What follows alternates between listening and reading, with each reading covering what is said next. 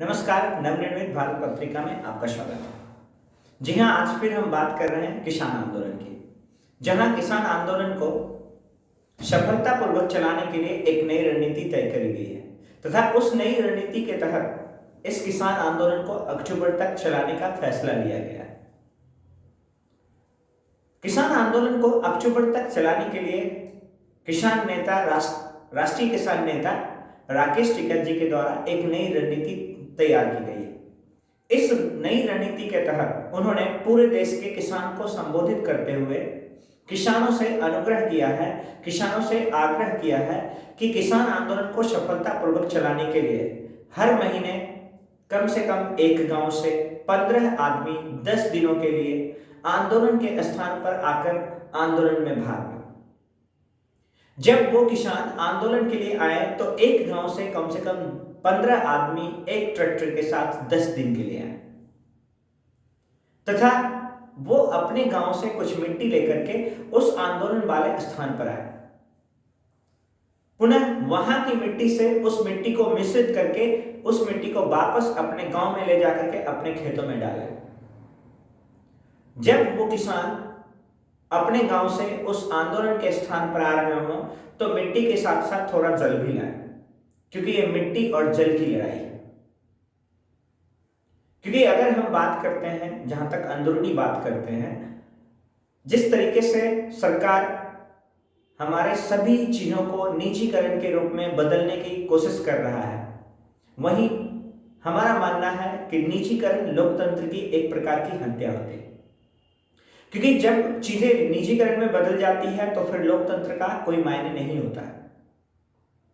और पता नहीं निजीकरण में कौन सा लाभ है सरकार को, यह हम नहीं कह सकते, परंतु निजीकरण से कुछ विशेष वर्ग के लोगों को जरूर लाभ हो सकता है। निजीकरण का सबसे बड़ा फायदा तो यह होता है साहब कि आप जितना पैसा होता हो उसे दबा करके या तो दुबई निकल लें या तो फिर विजय माल्या के जैसे कहीं किसी दूसरे देश में निकलना है। तो निजीकरण का सबसे बड़ा फायदा, अगर विदेशों में भारतीय पैसों का घोटाला करके रहना है तो फिर ठीक है, सरकार इसे आगे बढ़ावा दे सकती है। परंतु एक लोकतांत्रिक समाज में एक सरकारी चीजों का निजीकरण के क्षेत्र में बढ़ावा देना कहीं भी जनता के अधिकार में उपस्थित नहीं है। अतः जनता को एक सही राह में, एक सच्चे सरकार के तरफ से एक सही राह दिखाने के लिए निजीकरण के फैसलों पर सरकार को पुनः सोचना चाहिए। जी हाँ दोस्तों, यदि ये किसान आंदोलन अगले अक्टूबर तक चलेगा तो इस किसान आंदोलन के कारण भारत के आम लोगों को भी विभिन्न प्रकार की परेशानी झेलनी पड़ सकती है। परंतु क्या ये सरकार चाहती है कि ये किसान आंदोलन अगले अक्टूबर तक चले? अगर किसान और सरकार आमने सामने बैठे तो शायद एक समझौता हो सकता है, और उस समझौता के तहत इस किसान आंदोलन को अक्टूबर से पहले भी खत्म किया जा सकता है।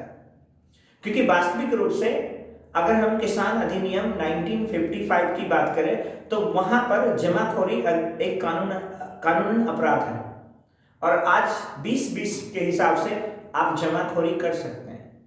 यदि किसान जमाखोरी ना कर पाए और कोई विशेष वर्ग के लोग उस अनाज को किसानों से खरीद करके जमाखोरी करें तो सामान्यतः महंगाई बढ़ेगी।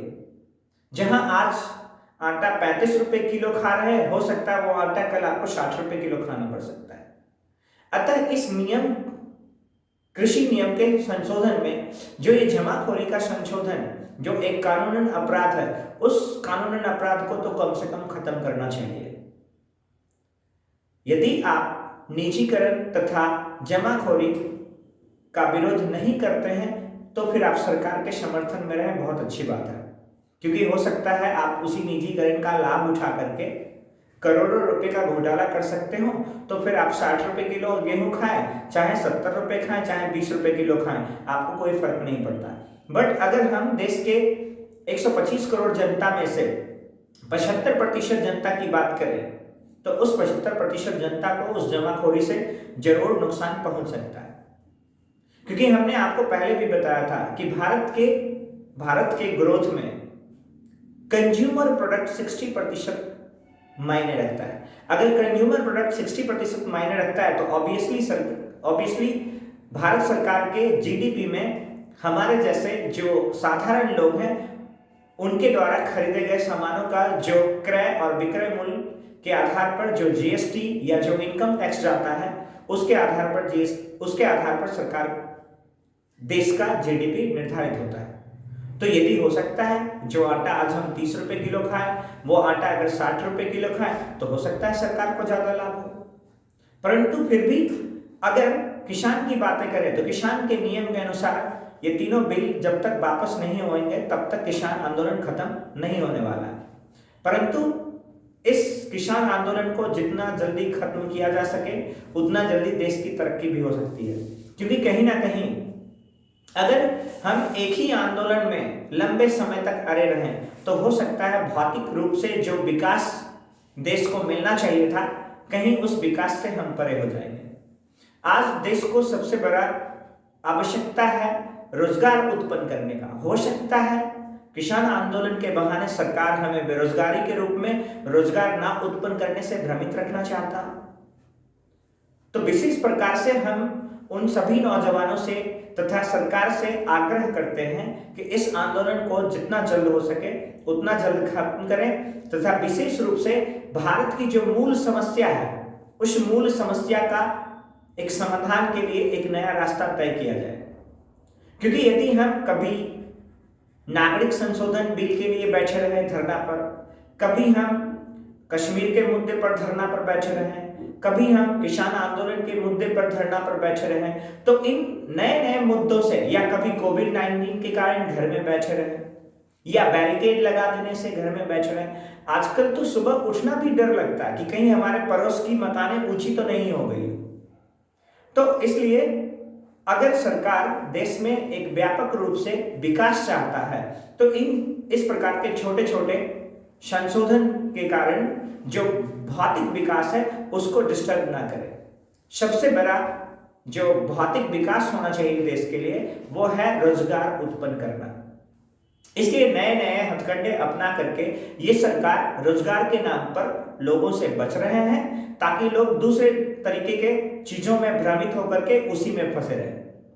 अगर हम बात करते हैं मीडिया कर्मी की, तो जैसे सुशांत सिंह राजपूत के नाम पर हमें 6 महीने तक भ्रमित करके रखा गया और आज भी रिजल्ट के नाम पर हमारे पास कुछ हाथ में नहीं है। इसी प्रकार देश में विभिन्न प्रकार के अलग अलग प्रकार के मुद्दे उठाकर लोगों को सही रास्तों में ना सोचने दिया जाए और उन्हें हमेशा एक भ्रमित करके रखा जाए ताकि मूल विकास से हम वंचित रह जाएं। तो नमस्कार दोस्तों, आप प्राइम टाइम में आपका स्वागत है। आप विशेष प्रकार से जो भौतिक मुद्दे हैं उनके बारे में जरूर बात करें और अपनी राय दें। नमस्कार।